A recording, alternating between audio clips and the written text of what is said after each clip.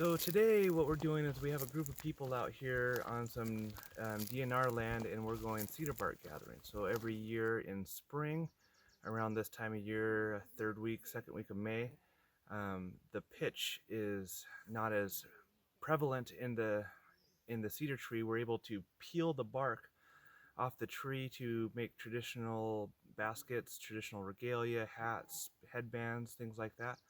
So the process is that we come out here, we say a prayer to the tree, and start the process of then peeling the bark.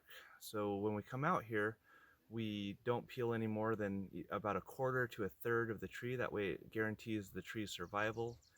And we pull that piece of bark, then it comes off nice and easy this time of year, and then we clean the outside part of it, and it becomes nice, beautiful cedar.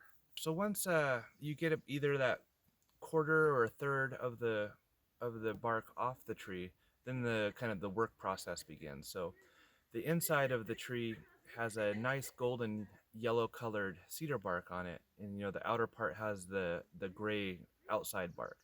So you have to go and separate that outside bark from the inside bark. So luckily the cedar bark is very workable, so you could kind of start peeling the majority of the outside bark from that beautiful yellow inside bark by hand.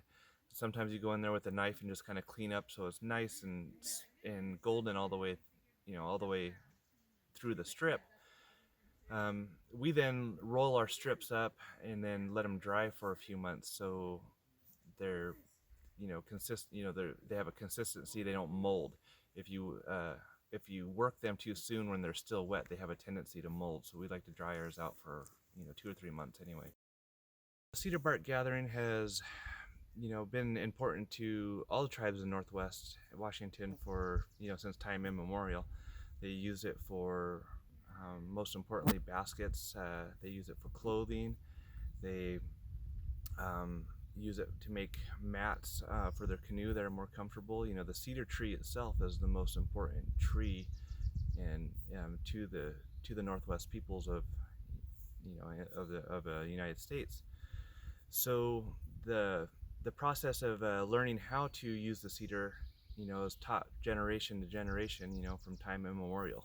So this is something that you could only really understand and process by doing it hands-on, and to make sure that the future generations are able to experience this and have this resource available.